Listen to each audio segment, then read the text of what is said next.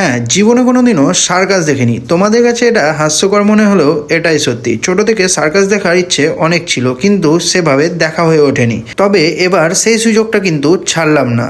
তাই প্রথম দিন না হলেও দ্বিতীয় দিন আমরা ঠিকই পৌঁছে গেছিলাম সবাই মিলে সার্কাস দেখতে। এটা আমার কাছে নতুন এবং একটা আলাদাই এক্সপিরিয়েন্স। তাই সবাই মিলে পৌঁছে গিয়েছিলাম সার্কাস দেখতে। এই সার্কাসে জীবজন্তু পশু পাখি না থাকলেও যেটা আমরা এক্সপেক্ট করেছিলাম সেটা কিন্তু অবশ্যই ফুলফিল হয়েছিল। ফার্স্ট টাইম হিসাবে কিন্তু আমাকে বেশ ভালোই লেগেছে। তবে হ্যাঁ, বাচ্চাদের কিন্তু সেই লেভেলের মজা লাগবে। সার্কাস দেখতে যাওয়ার ফটো পোস্ট করার পরে আমার চেনা জানা কিছুজন কল করেছিল এবং অনেকজনই মেসেঞ্জারে মেসেজ করেছিল। তাদের উদ্দেশ্যে কিছু ইনফরমেশন এই ভিডিওতে আমি দিয়ে রাখছি।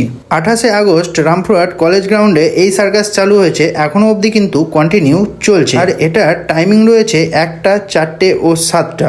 আর এন্ট্রির জন্য 100 টাকার টিকিট, 150 টাকার টিকিট এবং থাকছে 200 টাকার টিকিট। ভিতরে অবশ্যই একটা কোল্ড ড্রিঙ্কস পপকর্নের স্টলও আছে। তো যাও, দেখে এসো, এনজয় করো। ততক্ষণ দেখা হচ্ছে আর একটা ভিডিওতে। টাটা।